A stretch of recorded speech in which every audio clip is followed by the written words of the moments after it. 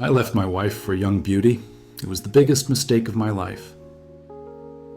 I used to think I had it all: a stable job, a beautiful wife, a comfortable home. Life wasn't thrilling, but it was steady, reliable, safe. Then one day I met her, Sophia. Sophia was everything my wife, Lisa, wasn't. She was young, full of energy, and spontaneous. The kind of woman who could make any man feel alive just by looking at him. It started innocently enough, a few friendly conversations at the gym, a drink after work, but I'd be lying if I said I didn't feel the spark from the beginning. Lisa and I had been married for over 10 years, and like any long-term relationship, we had fallen into routines. We talked about bills, chores, grocery lists. Intimacy had become predictable bore. I told myself I deserved more. That I wasn't Sophia, on the other hand, made me feel desired. With her, I felt like a man again. Not just a husband, not just a provider, but someone who was wanted. She laughed at my jokes, clung to my every word, made me feel important. And so I did the unthinkable. I left Lisa.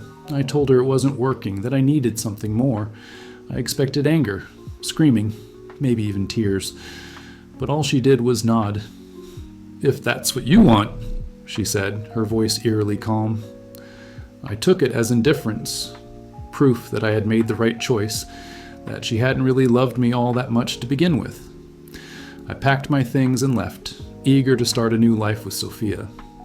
And for a while, it was perfect. We traveled. We went to high-end restaurants. We stayed up late, drinking expensive wine and making love like teenagers. I felt like I had escaped from a prison I didn't even realize I was trapped in. But real life has a way of catching up with you. And soon, the cracks began to show. At first, I ignored the small things. The way Sophia's smile didn't quite reach her eyes when I talked about my work. The way she got bored when I wasn't spending money on fancy dinners or weekend getaways. The way she rolled her eyes when I mentioned anything about my past life with Lisa. But the signs were there. I just refused to see them. Reality hit me like a freight train about 6 months in. Sophia was fun, but she was also restless. She hated staying in, hated quiet nights at home, hated the idea of settling down. "You used to be exciting," she sighed one night as she scrolled through her phone, barely looking at me. I blinked. "What does that mean?" She shrugged, still not looking at me. "I don't know. You just used to be more fun. Now you're always stressed about work, money, responsibilities." Responsibilities? That word hit me harder than I expected. I had walked away from everything to be with her. My wife, my home, my stability. And yet, here she was, complaining that I wasn't fun anymore. The irony was suffocating. Still, I held on. I kept trying. I convinced myself that we were just going through a rough patch, that she'd snap out of it, that she'd see how much I had sacrificed for her. But she didn't. And then one day, I came home early from work and found her sitting at our kitchen table with another man. She didn't even look guilty. She just sighed. I was going to tell you eventually. I felt like the floor had been ripped out from under me. My stomach twisted into knots. I wanted to yell, to demand answers, to understand why, but I already knew. I was never the one for Sophia. I was just a phase, a fun distraction, a thrill that had run its course. I left that night with just a suitcase. No home, no wife, no future. I had traded stability for excitement, and in the end, I had nothing. And the worst part? Lisa had moved on, and she was thriving. At first, I didn't believe it. It had been less than a year since I walked out of our home thinking I was chasing something better. Surely she was still hurt, still grieving, still waiting somewhere deep down for me to come to my senses. But reality doesn't work like that. One night, I saw her by accident. I was sitting alone in a quiet bar, nursing a drink I could barely afford, wondering where everything had gone so wrong. And then, she walked in, Lisa, laughing, her eyes shining, looking happier than I'd seen her in years. And she wasn't alone. A man went with her, tall, confident, well-dressed. The way she looked at him, the way her hand lingered on his arm as they sat down together. It was like I had never existed. It hit me harder than I expected. I had convinced myself that Lisa would always be mine, even if I wasn't with her, that I could just waltz back into her life one day, apologize, and everything would magically return to how it was. But sitting there, watching her lean into this new man, with an ease she never had with me toward the end, I realized just how deeply I had messed up. I had left her for a woman who treated me like an accessory, an ATM with a heartbeat. And now the woman I had thrown away was thriving without me. For the first time, I truly saw myself for what I had become. A man who had everything and lost it all. I don't remember leaving the bar.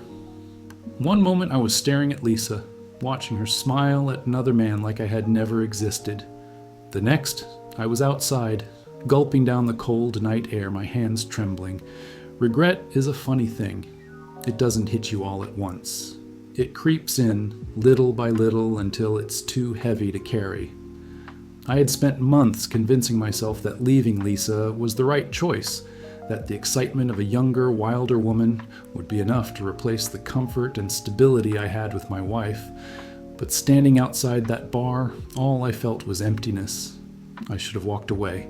I should have gone home and accepted my fate. Instead, I did something stupid. I went back inside. Lisa didn't see me at first. She was too engaged in conversation, her eyes bright with interest. The man beside her leaned in slightly, whispering something that made her laugh. That laugh, the same one that used to be mine. I clenched my fists. My legs moved on their own. Before I could stop myself, I was standing right at their table. Lisa looked up, her face shifting from happiness to shock. "Mark?" Her voice was cautious, guarded, not the warmth I had hoped for. I swallowed hard. What the hell was I doing? "Hey, Lisa," I said, forcing a casual smile that probably looked more like a grimace. The man beside her studied me carefully. He didn't seem threatened. If anything, he looked annoyed. Lisa straightened in her chair. "What are you doing here?" My throat felt dry. My whole plan, if I had even had one, was unraveling fast. "I just saw you. Thought I'd say hi." Her expression hardened. "That's not a good idea." Something inside me twisted. The finality in her tone sent a sharp, painful jolt through my chest. "I just wanted to talk." I tried again, ignoring the man beside her, ignoring how uncomfortable this was becoming. Maybe catch up?" Lisa exchanged a glance with the guy, then exhaled. "Mark, I don't think that's a good idea." I'd never heard her sound so firm before. The realization hit me like a truck. She wasn't angry, she wasn't bitter, she was done. And that hurt more than anything. I stood there like an idiot.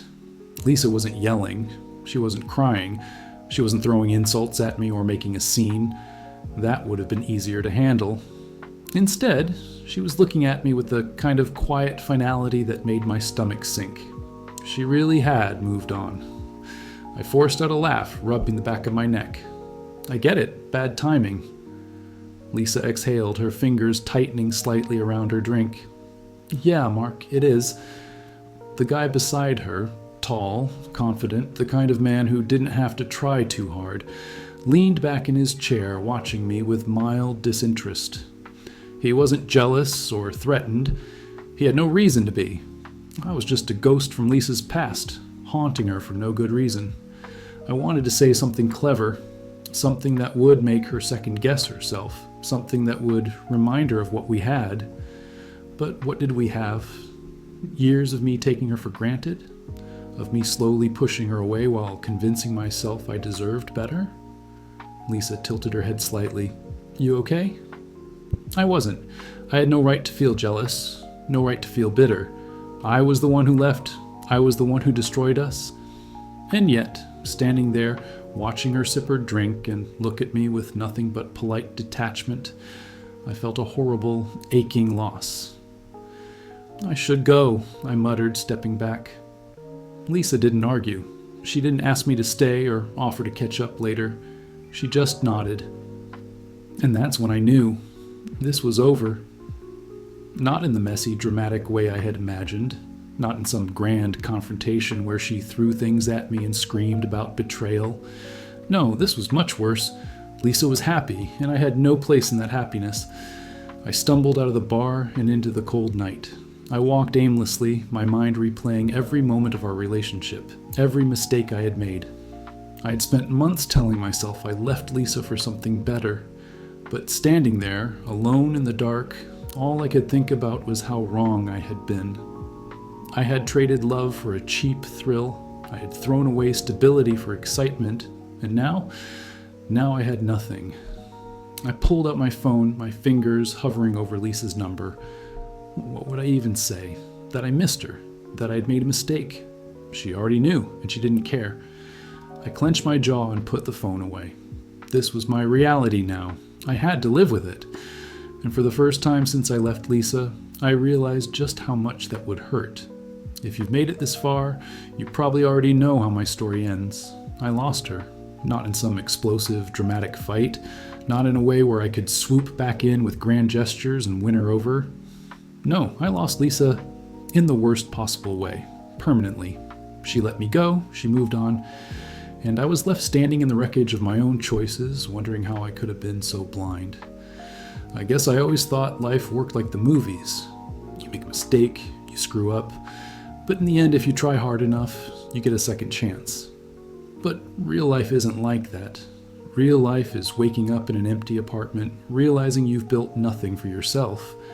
It's scrolling through old photos, trying to convince yourself that leaving was the right decision.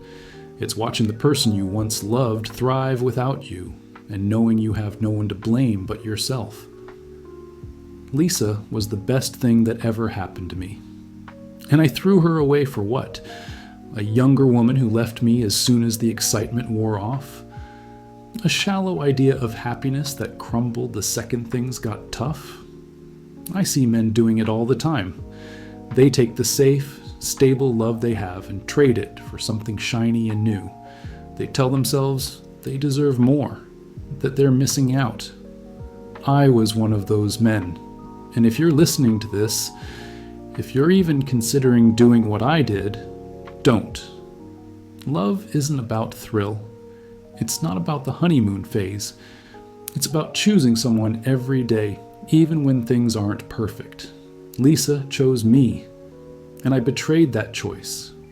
I wish I could tell you there was some happy ending for me, that I found someone else, that I learned from my mistakes and became a better man. But the truth? Some mistakes don't come with second chances. Some regrets stick with you forever. And every single day I wake up knowing that I lost the best thing I ever had because of my own selfishness. Don't be like me. Hold on to what matters before it's too late.